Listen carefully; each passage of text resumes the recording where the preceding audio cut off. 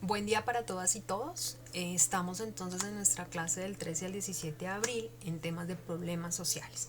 En esta clase vamos entonces a hacer unas orientaciones generales sobre qué es lo que tenemos que ir haciendo con nuestras diapositivas, qué es lo que deben trabajar esta semana y en segunda medida cerrar el tema de la globalización. Entonces, arranquemos con las orientaciones generales. Entonces, en las orientaciones generales, recuerden que tenemos tres elementos fundamentales. Retomar nuestra presentación de PowerPoint sobre el problema social seleccionado en el primer corte, en el que ustedes básicamente han realizado una descripción del problema, el tiempo, el tema, los actores involucrados, digamos, a quienes no les interesa que eso funcione. Eso ustedes ya lo hicieron en el primer corte y adicionalmente vinieron colocando, hicieron un rastreo de la prensa. ¿Qué ha dicho la prensa? ¿Qué dicen los medios masivos de comunicación frente al tema? Y lo vincularon allí en una diapositiva nueva. Esto básicamente para establecer si es un problema socialmente relevante o no. Luego lo que les estoy pidiendo que hagan durante esta semana es el análisis de la complejidad. Y recuerden entonces que en la clase pasada vimos desde la complejidad cómo para poder hablar de lo complejo hay que arrancar con la simplicidad. Entonces les pido que hagan 2 diapositivas máximo en donde incluyan ese problema social que ustedes están analizando, cómo lo pueden ver desde la simplicidad, disminuirlo, cuáles podrían ser los posibles elementos de discusión para hablar sobre ese tema, lo económico, lo político, lo social, etcétera, y luego vincularlo a un todo. Es decir, si yo desde la simplicidad quiero ver ese problema desde lo económico, eso también cómo está afectando la parte social, la parte emocional, la parte cultural, la parte política en relación a ese problema social. Y básicamente vincular otra diapositiva en donde me hablen de la teoría del caos. Y recordemos la clase pasada en donde decíamos que la teoría del caos nos plantea un orden, algo, un fenómeno que hace que exista el desorden o el caos y un nuevo orden. No necesariamente ese nuevo orden tiene que ser maravilloso y bello, sino que puede estar generando incluso nuevos problemas sociales.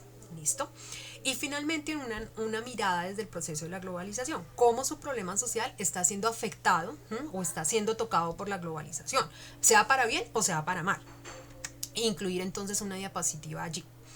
Esto lo vamos a entregar el 21 de abril del 2020 y se nos constituye en el parcial del segundo corte. Entonces allí sí les pido entonces que seamos bastante exhaustivos, rigurosos con esas diapositivas para que tengamos un muy buen resultado. Recursos que les van a apoyar a hacer ese ejercicio de ese segundo corte y que van a tener toda esta semana más el día que nos definan como parcial. Entonces van a tener su tiempito, por eso digo que tienen que ser rigurosos. Son los materiales que ustedes ya encuentran en el campus virtual respecto a la clase de esa semana del 31 de marzo hasta el 3 de abril. Básicamente la clase que yo les grabé en donde les hago un ejemplo de cómo leer desde la complejidad el tema del coronavirus, por ejemplo. El segundo video, que es la segunda parte, en donde hablamos un poco de cómo empieza a aparecer ahí desde la teoría del caos el tema de la globalización. Y finalmente un video en donde pues un recurso digital en donde ustedes pueden encontrar qué es la globalización. Entonces entremos en materia. Para finalizar el tema de la globalización, yo les quise traer a discusión las 4 eras de la globalización, porque a veces pareciera que la globalización es únicamente la que apareció en los años finales de los años 80, inicios de los 90 y que conocemos y que está amarrada pues a las políticas neoliberales. Pues resulta que existieron 4 eras de la globalización. Entonces hablemos un poco de la historia de la globalización, que como les digo existieron 4 eras. La primera revolución industrial no está amarrada a una globalización. Sin embargo, sí es importante mencionarla porque fue la que dio apertura, digamos, a una mirada distinta de la manera de comercializar las cosas. Entonces, la primera revolución industrial es la que conocemos como el invento de las máquinas en 1760 hasta 1820 y digamos que su estandarte más fuerte, digamos, es el tema de la máquina a vapor. La segunda revolución industrial, para algunos teóricos, es una continuidad de la primera. Es conocida desde el año 1840 más o menos hasta 1914. Digamos, ustedes se dan cuenta que los inventos no son tan rápidos. Estas épocas duran bastante, digamos, porque no habían tecnologías fuertes. Y arranca lo que tenemos como la primera globalización. Y es que los inventos de esta segunda revolución industrial, recuerden que están marcados muy por el tema de los textiles y estas cosas, necesitan abrirse los mercados, no se pueden vender únicamente en los mercados locales porque entonces no se va a tener la productividad que se quisiera. Entonces esta primera globalización va a estar marcada por la producción en masa. Recordemos las teorías de Ford y de Taylor que nos plantean que pues no es lo mismo vender un carro a vender 10 carros. Y entra entonces a un elemento muy fuerte que es el de los transportes. Para esta época entonces aparecería el primer carro ya no movido por vapor como un tren, sino digamos un carro movido por gasolina. Y tenemos entonces también por ejemplo la aparición del primer avión, y esto, un avión, imagínate, pues va a poder intercomunicar a un Estados Unidos con un Europa, básicamente de una manera mucho más rápida que un barco. Y el tema de la electricidad aparece muy fuerte acá y que va a ser fundamental para todas las industrias. Y finalmente el tema de las comunicaciones, como por ejemplo la aparición del primer teléfono. Siguiendo con la historia de la globalización y las cuatro eras de la globalización, tenemos una segunda globalización que es conocida como la era espacial y la tercera globalización conocida como la era digital.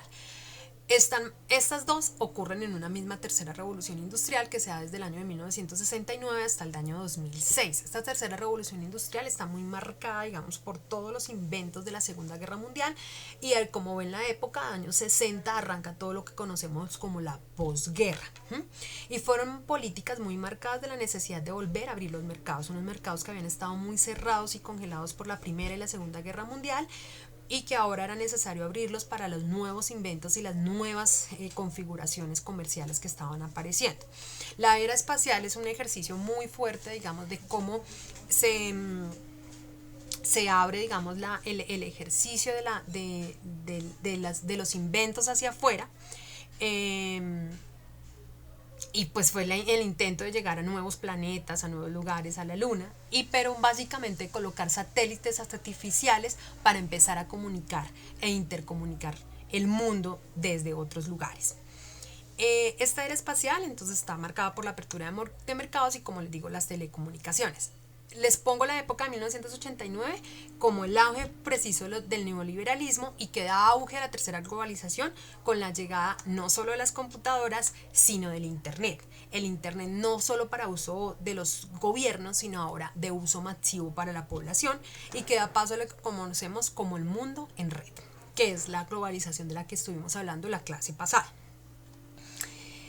Y básicamente entra siguiendo con la historia de la globalización y las cuatro eras de la globalización, con la cuarta globalización o la era de la inteligencia artificial.